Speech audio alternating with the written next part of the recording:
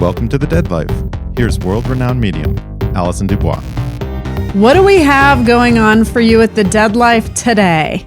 Well, we have a very special guest today. Some of you might know her from the very popular podcast, Crime Junkie AF, the one and only Ashley Flowers. Hello. I also have your favorite astrologer, Tom McMullan, here to weigh in on this episode. Ashley and I were talking about past lives recently and astrological readings. She had never had her chart read, so I introduced Ashley Flowers to Tom McMullan to see what Tom would uncover in a Crime Junkie's birth chart. So buckle up for what will prove to be an eye-opening episode today, so stay tuned. To book a reading with me, email us at booking@AllisonDuBois.com. If you have a life reading for me and Sophia for my Love Me, Love Me Not segment, leave your questions at 802-332-3811. If you want to watch past and present episodes of The Dead Life, you can follow me on YouTube. Please like and subscribe. Go to AllisonDuBois.com for more information about what I'm up to. Well, Ashley, welcome to the show. Hi, I'm so excited. Thank you so much for taking time out of your busy tour schedule. I know you're all over the place right now. No, this feels like someone recently told me, Tom, that I have to do things for myself. And this feels like something for myself. So this is good. Yes, that was something I did tell her. It's so funny. I didn't give the origin story of how we were talking about astrology at the time. It was something about being at a hole-in-a-wall bar called Ernie's on karaoke night. But that's for another day. That was a lot of fun. Thank you for coming, and thank you for taking a look at Ashley's chart, because it was my pleasure. Because I wanted to know, and this is part of the reason I was so curious. You looked at my chart the first time I met you, and I remember when you started the reading, you didn't know who I was because Medium just came out. And I remember you saying, I don't know what you do, but there's a lot of homicide in your chart. So what did you see in Ashley's? Does she have a lot of homicide in her chart too? No, she has investigation in her chart. Okay, well, tell us about that. She can investigate anything and tear it apart and put it back together. That's what she does. So Ashley, she has her Sagittarian sun sign in the house of Scorpio, which makes her a natural investigator or searcher, if you will, for Sagittarius, into all things Scorpio, which obviously is crime and the dark side and everything else that she finds hidden in the background, if you will, in which is unfortunately that it is in dark areas, But I told her that when I looked at her chart, I said in the past her lesson is to serve others over herself, in terms of how she looks at her relationships and serving her husband. And she was elevated in her past life with a successful husband. And I said that I thought he might have been a doctor, and she started going into medical early on in her career because she was used to being around that world, but she was always the promoter of her husband, never for herself. And so she, in her childhood, she felt lonely because no one's really there for her because her husband wasn't there for her. She's there for everybody. And in her story, she's doing everything for everybody. And so now there's an imbalance coming in this lifetime for her to find the balance between how much she does for other people, which is to overdo, versus how much she doesn't do for herself. And she comes in with a wound. If she does anything for herself, she feels massively guilty. So the problem with that is like, I want to be there for others, but then there's no borders and boundaries for me. And she has this, like you said, she has a moon in Taurus and a Taurus rising, so a double Taurian, who, in her case, the moon is hidden in the 12th house. So emotionally, she's self-sufficient, but she draws herself away from people in her emotions. And another challenge for her is that when she overgives and she gets criticized, she tends to blow up at them because she suppresses all of her emotions. I saw her moon in Taurus come out at dinner.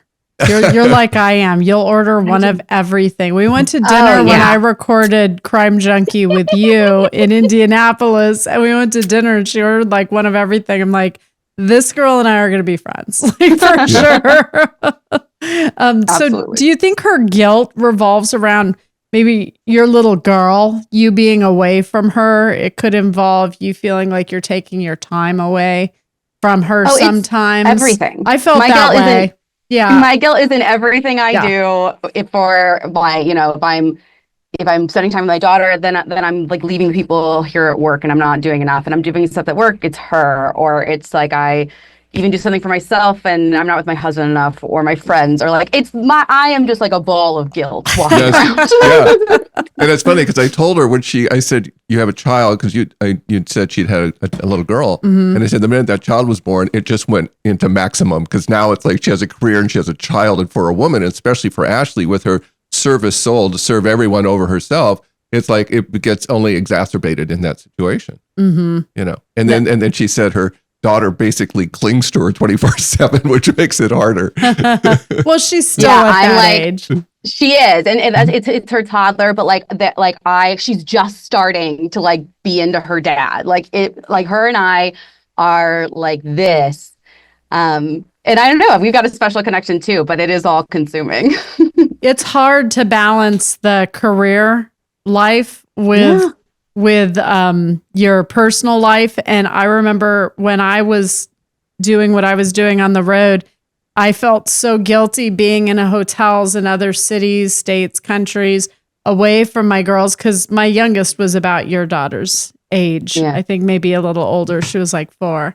And I felt so guilty. And I always tell young moms now, don't bother picking up at home. If there's no food on the walls, you're doing good. Like, don't worry about being perfect. Nobody will remember that part of your life, and you'll never hear it again. So enjoy the me time, especially if you could steal that away. You basically have to claw back that time for yourself, because no one will give it to you. And you can't probably get a massage without thinking about work. Because when I got a massage yesterday, You did? and all I thought about was work. Okay. I do the same thing. I just can't shut down. And that's what it's like being a woman in the public eye with a child. So there's no way around it. And in this lifetime, this is the first time she did both, because in the past, she just served her husband in his career. And so she ran the whole family and was running all of probably in his work also. And but this time she wanted something for herself, and gravitated into her own career, which became very successful, which is a good news, bad news, because, you got married and you start this business and it just blows up. And so now the pressure is on at such a huge level for you. And I know that's hard to maintain. If you were just managing a husband, it'd be one thing. But you get to be successful in this lifetime. And I don't like the fact that you have to feel guilty, because you are. It's ingrained. Yeah. It's just ingrained in women. There's no way around it. Yeah. Did you talk to her a little bit? Because I hadn't heard this until you told me this. The moon in Taurus has to watch like real estate purchases. Well, any money issue, any financial issue is a Taurus issue anyway. So the need for financial security and safety is strong in Taurus and Cancers. But Taurus is like wants to control it. Taurus nature, especially emotionally, this is mine, don't touch it. It's just like this is like I don't share much, because I'm very like want to hold on to everything, and so letting it go into someone else's hands, which is Scorpio, which she told me that she has her husband in the treasury, or doing the treasury of the business or whatever, and I go, that's where challenges come in with that relationship. So because the challenges are always in the relationship, as I said, make sure that you hold on to your money, because in the past when she did everything for her husband, he left her. So there was no money there. So this time, I've been mad about this ever since we met, Tom. Like, I don't know who his husband was, but I've been like fired up and telling all my friends. Finances, son of a bitch. Finances with your husband, when you work with them, even if they just have the money in the honey, or the hand in the honey pot there, it's something that will create tension in your marriage. I'm like you 20 years in the future. So I'm just saying, watch that, because I've been that way. I'm like, I'm the power source. I make the money, wanting to control it. And when something's gone and you're like, well, where did that go?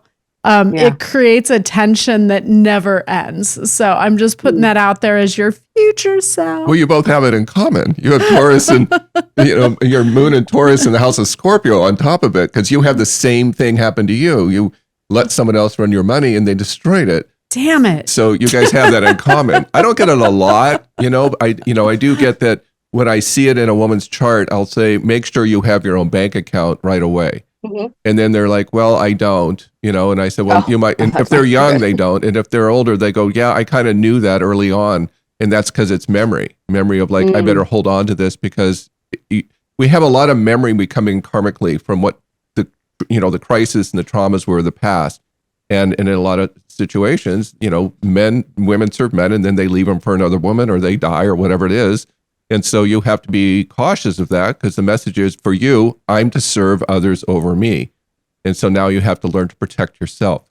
And you're a protector of others for that reason, you see, which is I always found interesting in your work doing all the crime investigation. You're protecting people from bad things that can happen to them, So you want to find the bad guy so they can't hurt other people. Right. Yes. So did you. You want to be a prosecuting attorney. No. Ashley and I totally vibe. I mean, I get that. When I met her, I'm like, finally, I have somebody I can talk to about murder and forensics because there's literally nobody out there to talk to. All of my between. So it's great. So what was her rising? Taurus. Oh, you said that. Yeah, Taurus rising. That's a lot of Taurus. Yeah. She's mostly in her elements. It's fire and earth. That's her elements. The air and water are very weak. And water's weak because she controls her emotions and won't let them out. So when they come out explosive, unfortunately. So a Scorpio wouldn't work for her very well. Scorpio rules her relationship house. So the whole point of her dharma is to find the Fred Astaire to her Ginger Rogers rather than create the imbalance. Right? Didn't I say that? I think Eric's your Fred Astaire. Yeah. He is. Yeah. He's been great at playing that like supporting character, like or role in my life, and like everything he's done in sacrifice. Like I know he's made sacrifices for my career and what I wanted to do, and he's just been like such a supportive, amazing partner. But see, you were always the one doing that in your past. Now you've got someone that does that for you, and I'm sure that makes you feel guilty. So it probably makes you feel a little good, but it feels good to have a man that'll do that. And I actually have video footage of you being dipped by your husband. So you literally are Ginger Rogers and Fred Astaire. I love it. Working as a team is the goal for you, but you have to communicate with your partner. Now you're asking for hard things. I know. Not just words, feelings and how you're feeling, and not measure yourself, because I know that you measure yourself when you're in situations. When you look at charts like this, can you tell like a time period a person lived, or do you just? Oh my God, that's the number one question all my friends are asking me when I told them about this reading, and I'm like, I didn't even think to ask. I was just in my mind in a petticoat, and I didn't. I asked no question. So I do have an answer to that, because I feel generally we tend to come in after 30 or 40 years of the past life. It seems to be sort of, because I know for myself, I had a past life regression. I was born in the mid 50s, and I know my last life was in the 20s. And so a lot of people, why we repeat music patterns in generations, we take the thing that was in our parents or grandparents and we bring it back and make our own version. It happens all the time because it's memory. So I think the one I do when I go into someone's past life, I go into that previous one. But there's sometimes I'll go maybe one or two back or something, or way back, because there would be a strong karmic signature. And because I did one for someone that they were part of the Russian family way back, but it wasn't the past life, because they were the opposite. They were poor. So do you mean like the Tsar and the Tsarina of exactly. Russia? Yeah, they were high Russian royalty. And so, but then the last life, they were born in the Depression. So it had a complete different experience. Oh, that sucks. And it's like why you were born struggling with money in your family growing up. Your parents worked so hard. Therefore, you're not getting attention. Your parents are always working. It's also why they felt like they were born into the wrong family and should have been born rich. I know exactly how that feels. But that's one of the things I said to her. I said, you feel like you don't belong in your own family. And you said, that's true. And so the memory was, I'm supposed to have more things here. Yes. High five on that. Yeah. I felt the same way when I was a little girl. I used to look at my mom. I'm like, this can't be right. This can't be right. Mix up somewhere. I'll fix this. Don't worry. But in both cases, the two of you, became ambitious women to correct that problem and still get into relationships. And so the challenge is, how you are in the relationship as a woman as a wife and being an ambitious woman. Those are very similar things for both of you. So you would have been in like 1960 or 1950, somewhere around probably there. In the 50s. Do you like clothes and? Are you drawn to that time period in movies and? So I feel like the music more than anything. Like we grew up but I don't, what's my dad showing it to me and what's this, but like I love like Dean Martin and Frank Sinatra. Yeah. And, like, that would be the 50s. Yeah. Mm-hmm. I love that. And see, that's what my parents were in that, because that was what they listened to because they were in that era. But my parents were born in the 20s, so they were of your age in the 50s and what have you. So that's why I went back to, and I love that. I watch all the old movies still, and I love everything from the 20s. I'm a bourbon drinker. Okay, you still mention actors that I'm like, I have no idea who you're talking about. Right. He's like, they're really famous. I'm like, I believe you. My favorite book and favorite movie was always The Great Gatsby, and that's that period. Oh, that makes sense. Yeah. So and let me ask you this, because I find the correlation in murders that I'm attracted to, like cold cases. If there is something, say, first of all, I find the interesting. The 20s, 30s, 40s. I mean, I love history, but do you feel attracted to certain murders from certain time periods, or is it just across the board?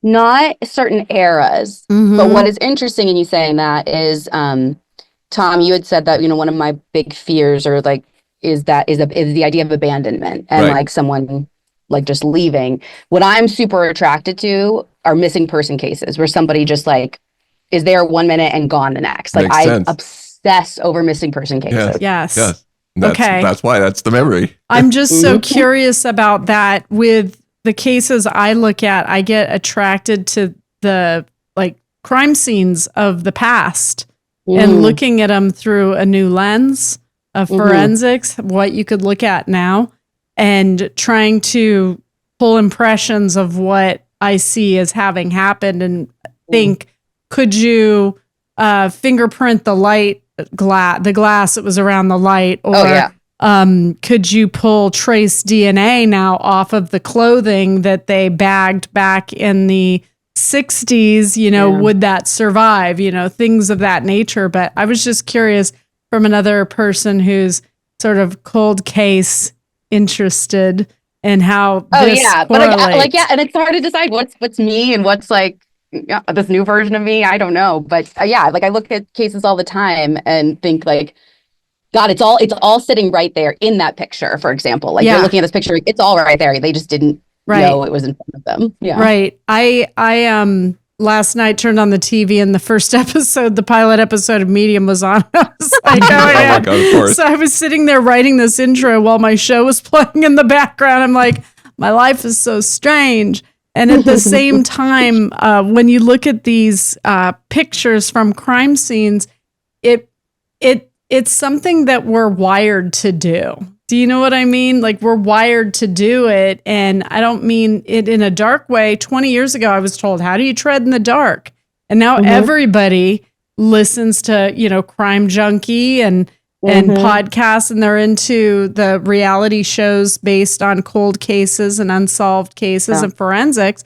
And it's like, is everybody dark now? Because before I was alone when everyone was telling me how dark I was treading in murder. I think people are more willing to explore in dark areas, but people ask me all the time, and there's so many people who will say like, I listened to Crime Junkie and I like binged it, and then I had to take a break, and it was dark, and then I come back to it. And they'll ask me all the time, like, how do you do this day in and day out? And it's exactly what I tell people. I was like, some people are just like made to live in that space. Have you gotten a suggestion from one of your listeners to look at something you hadn't thought of before? Like, do you have those moments with your listeners for Crime Junkie where they see something in the picture you post, or they? Every once in a while. It's not a ton of visual stuff because of the podcast. I mean, we have visuals, but a lot fewer people go look online. But every once in a while, there'll be like a theory that I hadn't considered, or they're like looking at things through just like a different lens. A different lens, yeah. I just find it helpful when you have a bunch of fresh eyes looking at a case, especially in the future, looking back at the past. I was just curious if you had that connection. And so with her chart, what is her Mars in? Aries, but it's in the 12th house of what's hidden. Okay. So once again, she's holding back her passion, her emotion, and anger and resentment. It's all sitting there waiting for her. Damn, girl, damn. It's just, I know. It's not healthy, though. That's the thing I said. It's not healthy to her energy, to her body, because it's when you suppress things, it creates a lot of illness. I said I kept getting ulcers with her because she's holding everything in. Go to a break room and just tear that room apart with a baseball bat. Worth the money. My daughter went to one. She's like, that was awesome. You feel great when you leave. Just smash the hell out of everything. When Tom said he's like, you just like explode. And I was like, I actually don't. Like, I don't think anyone, like, I've never like yelled at work. If like, you haven't, you haven't hit that point yet. Yeah. Have someone leave you and see what you do. Yeah, no, yeah. You'd have a waiting to exhale moment where she puts all the clothes in the car and lights it on hot fire. Rage that's just like simmering, waiting for like we're saving it up. Well, yeah, you're 36 for Pete's sake. Come on, it's like, and everything looks good right now. The husband's good, the child's good, and then someone's going to screw you, and you're going to be like, that's it. Get the lawyers. It's so funny. Like there were like these little things I did as a kid, or like sayings I had that like made no sense for like a 12-year-old to have, but like do now that we did the reading. And one of them I used to say all the time in like middle school, and my mom was like, don't be so dramatic, is I would always be very pessimistic. And I was like, I would rather be pleasantly surprised than horribly disappointed. Oh, God. And my mom's like, you're so much drama. Like, just like live life. You were like a little old lady in a child's body. Me too. Yeah. I think we're just old souls. We've been here before. We've been here, done that. You know, I'd like to hear in a past life, maybe I was a homicide detective and I didn't get to solve a certain case and I have to go back and solve it now. Oh my God, that's great. Funny. But you have so many Crime Junkie fans that if somebody did cross you, that would be a hard one for them to live with, because all of your girls would be like, we ride at dawn. I know. I've got a good group. I've never had to put them to work if I need to. I know, that's so funny. Well, was there anything else in her chart that really stood out? Well, I was teasing her about puzzles because I said you're a problem solver. That's how her mind's very analytical, and it was funny because I said you're always trying to solve puzzles, whether it's Sudoku or an actual puzzle or crossword, and she goes, I have puzzles constantly going, and I finally just finished one. I was just like, see, I finished my first puzzle the other day. So you can see things like that in charts. That's so fascinating. I told her, I go, sometimes these things come to me, and I'll just say the word, and then she'd say, oh, yeah, I'm doing puzzles. And I go, yeah, that's how it works. Yeah. Oh, that's a good constructive outlet for you. Yeah. And she needs a lot of time alone to work through her emotions, but, it's going all the time. And that's why you may not say, well, I'm doing everything to suppress it. I don't want to blow up, because I'd rather be disappointed. I don't want to be disappointed, because you always were disappointed because you're always alone doing everything. And one of the things that was screaming in my head right away when I got into her story was the fact, I'm doing everything, and I'm doing everything for you. That's her cry. And then it's like, because no one's doing anything for me is the other half of that, statement. Well, now she has assistants that can do things for her. Yeah, so. True. I'm getting to be damn near like useless on my own, which makes me nervous. It's so hard when you're used to having hair and makeup people. I remember sitting in front of a mirror in my house after I came back off tour and I wasn't doing press anymore. And I just stared in the mirror like I was waiting for someone to do my makeup. Like, that's the thing I haven't. I'm still doing all my own hair and makeup, so I haven't done that yet. But like, I don't know how to get my coffee in the morning anymore. That's okay. That's okay. But when I met Allison, I said you were famous in your past life, so she's used to being a diva. You see, so she was famous and she was persecuted for her fame, which again in this lifetime it happens again. Ta-da! Yeah, and she also has a lot. Here we are. She's only recently got into the female form. She's been male for a lot of lives, so she's got a lot of male energy. And so, but what happened in her past, it was like an Elvis Presley story. She was famous and she gave all her power to, like the manager or whatever, and they ran away with her money, and that's her wound. So crisis with money. I know, goddamn men. Yeah. I went to Tombstone, Arizona. I've always gravitated to 1885 around that time in Tombstone, Arizona. So when Tom said that I was male in a past life, I knew I was a womanizing pig. Absolutely. Like carried a gun. Yeah. You know, I'm sure maybe I was a sheriff. I don't know if I was good or bad, but I feel like I tried to be good and but a lot of women and just lived in the moment, and that just feels right. But when I was in Tombstone, I'm like, home. It was just such a good feeling. Right. And so wild. And so in this lifetime, I remember being like, I remember Joe, and I, not to divulge too much, but you know, sometimes in a bathing suit or when you're getting dressed, you're like, I look pretty good. He was like, are you checking yourself out? I said, I was just recognizing my natural attributes and my unnatural attributes, and they all look good. I love it. So yeah, I could see being a guy before where I'm like, what are these? Yeah. I got my own. How nice, you know? And her father was very handsome. He was a womanizer and very handsome. So she related to him right in away. real life, like in this life. Yeah. Right? He was IRL. in this life. He was a professional ballroom dancer, and he had a propensity for blondes, all of them. Yeah. So Allison saw a bit of herself in her dad.